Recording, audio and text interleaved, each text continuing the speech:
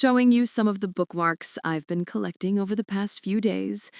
It's been a little treasure chest of Hogwarts chaos lately, and I thought we could have a cozy look together.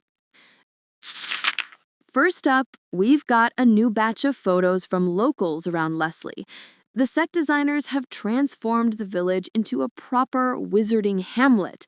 Stone cottages covered in ivy, a church that'll apparently serve as part of the scene, and even a pub and post office that have been fully redressed. There are pumpkins everywhere. I mean, honestly, Hagrid would feel right at home.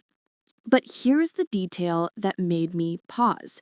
A little sandwich board outside one of the shops, reading, "Celebrate Halloween at Godric Hollow, October 31st, 1981. The night Voldemort came. The night the Potters died. And the night the boy who lived was born." It's eerie, isn't it? Seeing it so ordinary. Posters for bonfire night, a children's disco, even a costume parade. Like a normal village just going about their autumn festivities, unaware that something awful is about to happen. It's that contrast that hits you, that cozy small-town magic meeting the edge of something dark. Oh, and before I get too swept up, if you haven't subscribed yet, love, do it now. You'll want to be here when I start piecing together how this Halloween sequence might unfold on screen. I've got theories about how they'll handle the Potter's final night, and trust me, it's going to make you feel things. Now, back to our bookmarks. One photo shows the post office with a "new postal rates from January 26th" sign. Not exactly the world's most thrilling clue, I admit, but it does tell us something about the period accuracy. They're really leaning into the early 80s aesthetic. Think sated shop fronts, muted colors, and those little vintage details that make the world feel lived in. Then there's the house. You know, the one right in the middle of the village. There's a bit of debate about whether it's the Potter's house. It's near the pub and post office, and it's been dressed up with weathered stone, climbing vines, and just the faintest air of tragedy. It could be, but there's been no official confirmation. Someone asked me in the comments last week if we know which building it is, and honestly, we don't. Not yet. But if you happen to spot anything in the photos that looks Potterish, say the window where a flash of green light might appear, tell me in the comments, will you? I adore when you bring your own little bits of wizarding sleuthing. Now, something that genuinely made me smile, a video someone filmed just walking through the village. No spoilers, no actors, just old-fashioned cars parked along the street, ready for filming. I swear, those cars have more character than half the vehicles on the road today. Rounded edges, shiny paint, proper craftsmanship, none of that modern plastic nonsense. And as they pan around, you can see the thatched rooftops, the pumpkins around the cenotaph, and the twilight glow of the set lighting. It looks magical, like that moment just before the trick-or-treaters head out. Calm, eerie, and so quintessentially British. All right, bookmark number 2. This one's from Wizarding World Direct. They've confirmed that the village church, the pub, and several homes will all be used for filming, which means we're likely getting a sweeping view of the entire hollow.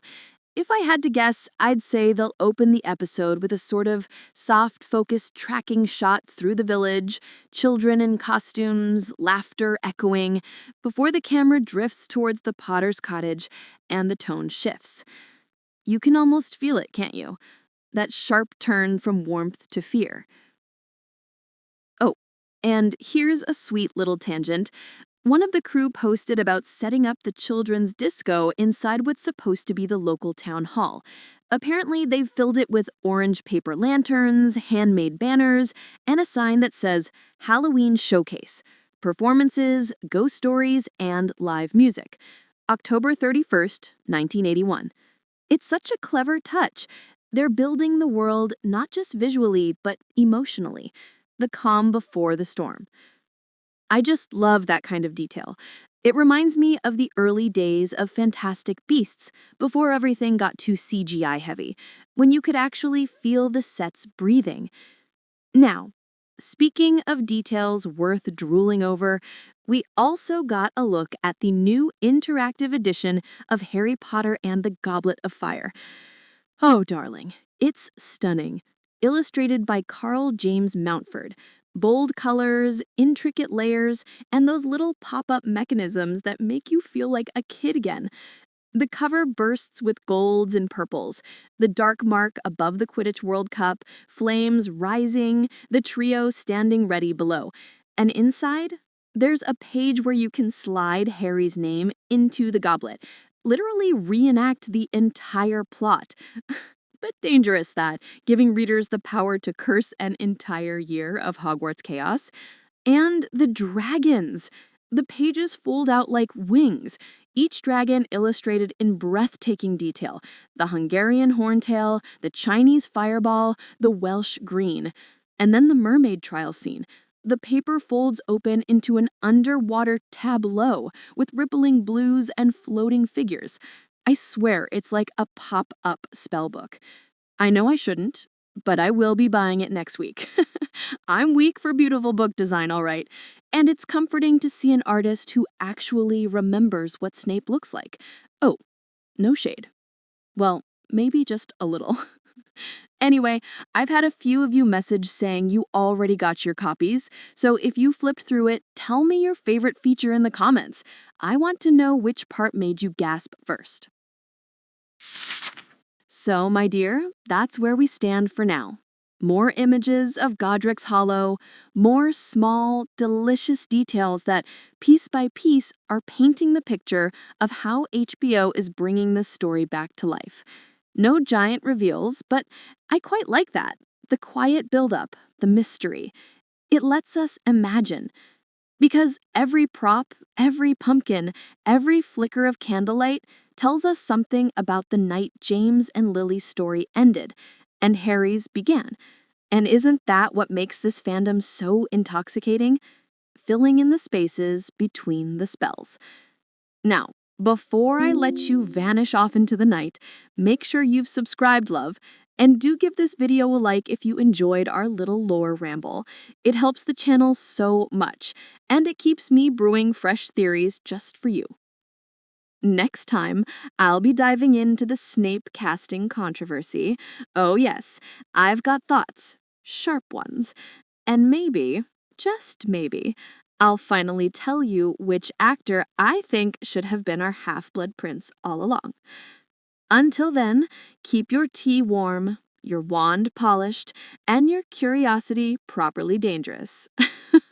I'll see you soon, darling. Mischief managed.